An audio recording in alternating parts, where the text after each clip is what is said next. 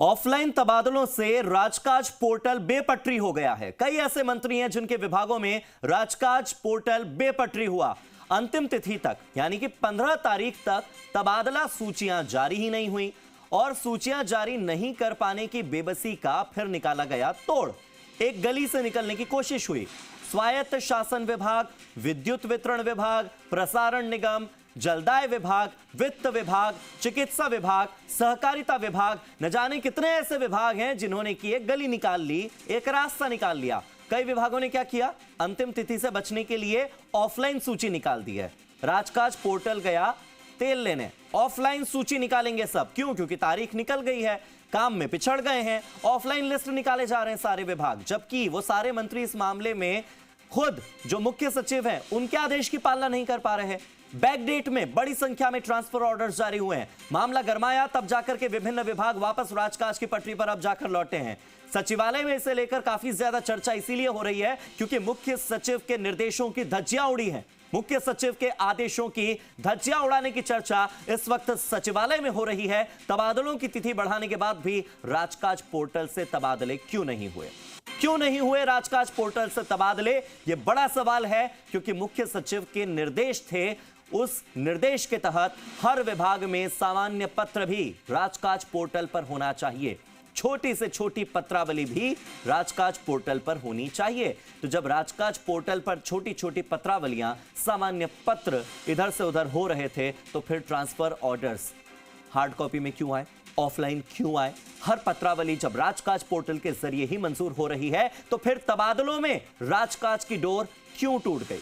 Transfer orders में राजकाज portal की कमर क्यों टूट गई? राजकाज पोर्टल को दरकिनार क्यों किया गया? और एक नहीं, दो नहीं, तीन नहीं, चार नहीं, न जाने कितने विभाग, न जाने कितने मंत्रियों के विभाग हैं जो कि राजकाज पोर्टल पर ट्रांसफर सूची को नहीं डाल पाए और अंतिम तिथि से बचने के लिए 15 जनवरी के बाद तबादलों की सूचियां जारी करने के लिए उन्होंने निकाल लिया बेबसी का एक तोड़, निकाल ली एक छोटी सी पतली गली, और वो था ऑफलाइन सूचियों को जारी करना। मेरे सहयोगी राम सिंह राजावत मेरे साथ जुड़ गए हैं, सीधे उन्हीं का रुख करते हैं। राम सिंह, न एक विभाग होता, दो विभाग होता तो ठीक है, मान भी सकते थे। कई ऐसे विभाग हैं जिन्होंने की राजकाज पोर्टल को दरकिनार किया है, मुख्य सचिव के आदेशों की धज्जियां उड़ाकर रख दी हैं। देखिए, पिछली बार जो तबादले हुए थे उस वक्त ज्यादातर मंत्रियों ने तर्क दिया था चूंकि हमारी तैयारी नहीं है इसलिए हमें राजकाज के बजाय ऑफलाइन में निकालने की अनुमति दी जाए। तब चीफ सेक्रेटरी ने उस वक्त 3 दिन की अवधि बढ़ाई गई थी तबादलों की, इसीलिए कि जो भी तबादले होंगे वो राजकाज के माध्यम से होंगे ताकि ये बैकडेट में जो सूचियां निकालने का जो गोरख धंधा है वो बंद हो सके। और राज्य सरकार के हर विभागों में वर्तमान में ऑफलाइन पत्रावलियां हो गई है, हर कार्य ऑनलाइन हो गया है और ऑफलाइन पे पूरी तरह से प्रतिबंध है। लेकिन इस बार जो तबादलों का जो 10 तबादले खोले गए थे तब फिर मंत्रियों ने ये अपनी आशंका जताई कि हमारी तैयारी पूरी नहीं है, तिथि बढ़ाई जाए। सिर्फ सरकार ने इस बार तिथि बढ़ाई गई थी ताकि बैकडेट में कोई काम नहीं हो और बैकडेट में कोई तबादले सूची नहीं निकले और राजकाज पोर्टल पे ही हर विभाग के ट्रांसफर होंगे और तबादले सूची निकाली जानी थी।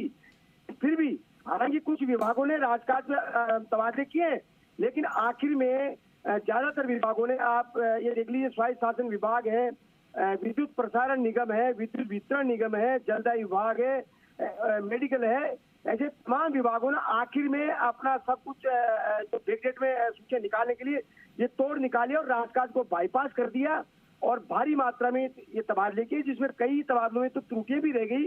एक व्यक्तियों को 2 जगह लगा दिया गया, तो कहीं एक अधिकारी को जयपुर में भी लगा दिया और उदयपुर में भी लगा दिया। ऐसे कई त्रुटियां सामने आई। यदि राजकाज में अगर तबादले होते तो ये जो कमियां नहीं रहती। और दूसरा सबसे बड़ा तथ्य ये है कि पारदर्शिता, जो सरकार ये कहती है कि हम जीरो टॉलरेंस नीति अपनाए हुए हैं, लेकिन जीरो टॉलरेंस नीति की भी धज्जियां उड़ गई और पारदर्शिता की भी धज्जियां उड़ गई इन ऑफलाइन जो तबादलों में। मगर राम सिंह, इस सब के बाद भी वापस राजकाज पोर्टल पर आ ही गए ना लौटकर। अब तो राजकाज पोर्टल पर फिर से सामान्य पत्रावली हो रही है। ट्रांसफर ऑर्डर्स अपने आप में बड़े ऑर्डर्स होते हैं, बावजूद इसके इसका राजकाज पोर्टल पर ना होना ये दर्शाता है कि जो डिजिटलीकरण के या बाकी बड़े बड़े दावे किए जाते हैं वो केवल दावे भर होते हैं। मंत्रालय उनको फॉलो नहीं कर पाते?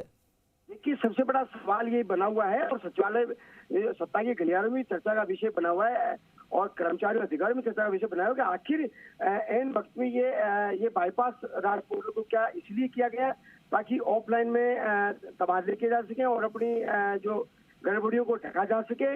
यही चर्चा का विषय बना हुआ है तबादलों को लेकर के। और तबादलों में पहले भी भ्रष्टाचार की शिकायतें आई है और कई विवाद सामने है।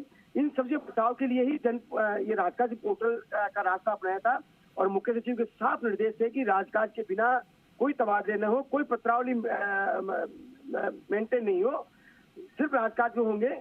इन सब के बावजूद भी इसका तोड़ निकाल लिया और आखिर में बिना राजकाज के ये बाईपास करके और ये तबादले बड़ी मात्रा में सूची निकाली गई।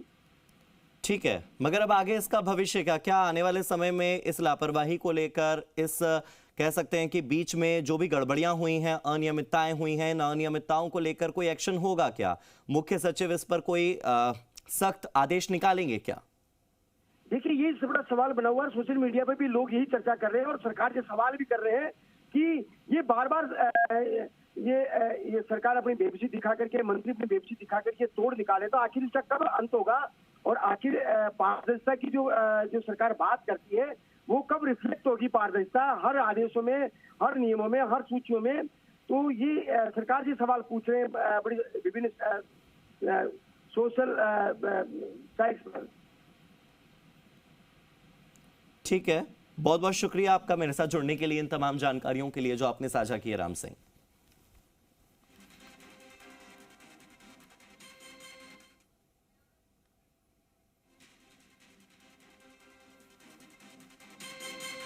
तो देखिए, तबादलों की तिथि बढ़ाने के बाद भी सही समय पर तबादले हो नहीं पाए और राजकाज पोर्टल पर तबादले नहीं हुए।